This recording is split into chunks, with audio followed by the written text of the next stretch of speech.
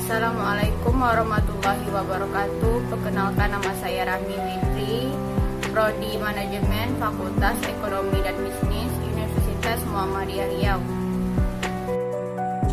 Assalamualaikum warahmatullahi wabarakatuh. Perkenalkan, saya Sofitri Hidayah dari Fakultas Ekonomi dan Bisnis, Prodi Manajemen kelas RKM GT 1. Assalamualaikum warahmatullahi wabarakatuh. Saya Elsa Hertianti dari kelas Reguler A MGT 1. Assalamualaikum warahmatullahi wabarakatuh. Waalaikumsalam warahmatullahi wabarakatuh. Kami dari mahasiswa Muhammadiyah Riau ingin mewawancarai Bapak Amrin Sofyan, MAG, mengenai syirik. Saya akan mengajukan pertanyaan pertama, yaitu apakah kaidah untuk mengenai syirik? Ya, terima kasih atas pertanyaannya. Yang pertama, kaidah mengetahui syirik itu, pahami dulu definisi syirik itu. Apa definisi syirik itu? Kemudian yang kedua, apa ciri-ciri perbuatan syirik? Nah, yang ketiga nanti baru nanti kita melihat contoh-contoh orang melakukan perbuatan syirik itu apa-apa saja. Lalu dari situ nanti kita bisa mensikapi atau kita tidak mau terjebak pada contoh-contoh atau perbuatan-perbuatan yang berbau syirik. Jadi seperti itu cara mengenal atau cara memahami kita supaya terhindar dari syirik itu. Saya kira itu singkatnya, nanti silakan kaji lebih lanjut. Silakan.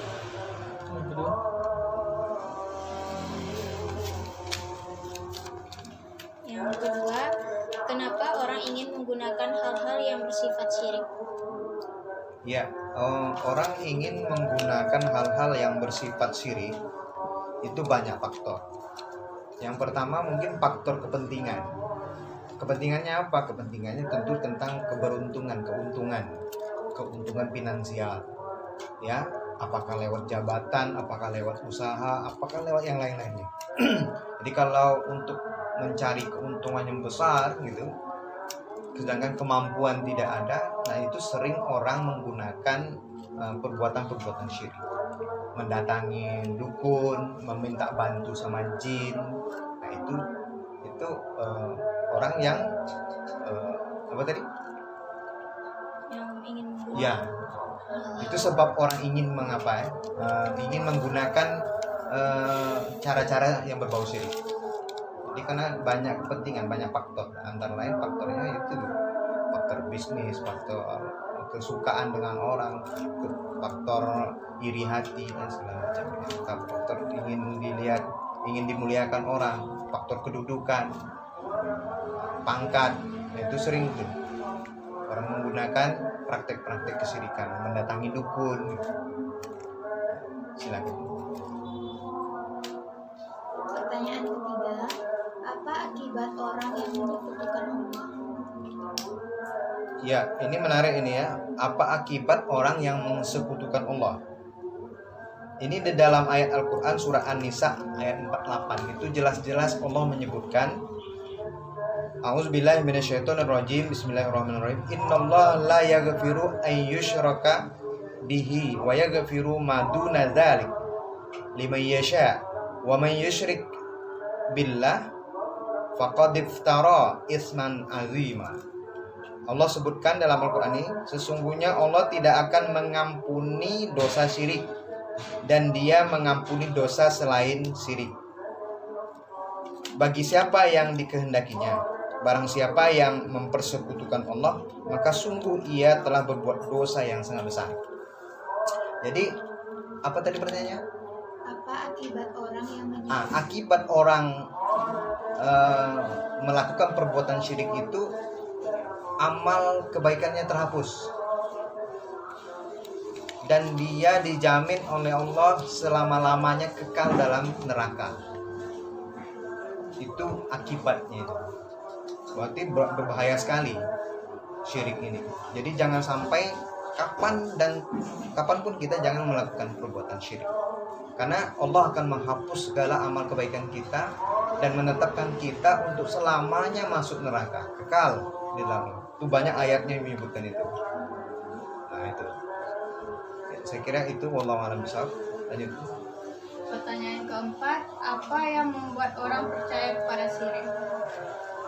Apa yang membuat orang percaya kepada syirik?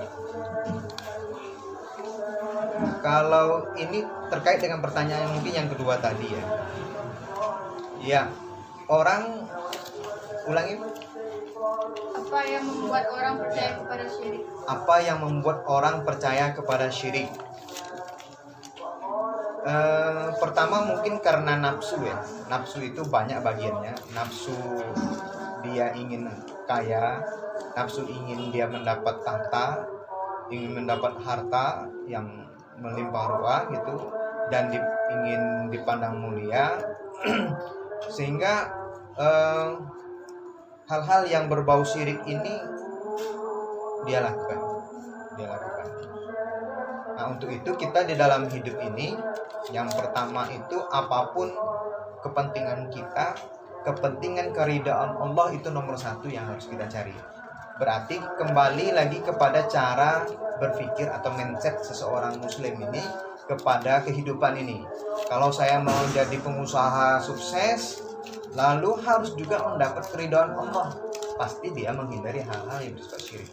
Dia bekerja keras, kemudian dia juga memperhatikan kemitraan dengan siapapun yang sama-sama akan mendapatkan keuntungan dari bisnis misalnya, seperti itu. Nah ini hal-hal yang mempengaruhi orang ingin melakukan perbuatan syirik.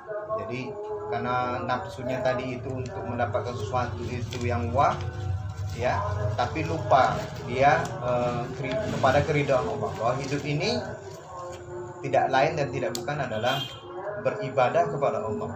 Nah, baik dalam mencari ekonomi, dalam kuliah, dalam apa saja.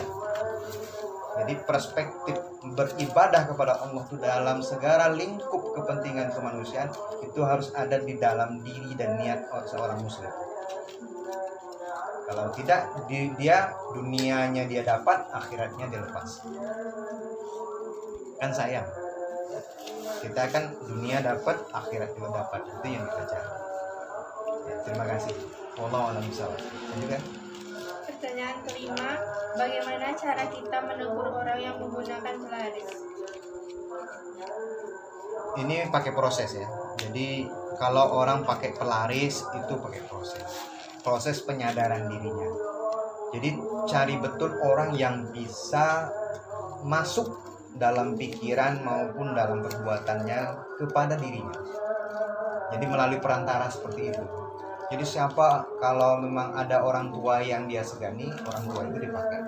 Kalau ada kawannya yang dipakai. Tapi itu pun terstruktur, artinya by step. Qalil faqalilan, kecil, tapi lama-lama itu besar.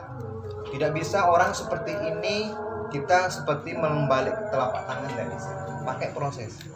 Karena dia sudah terlanjur jauh sekali kesalahannya. Dia sebenarnya orang ini sudah lupa diri sebenarnya. Dia lupa siapa dia, mau apa dia.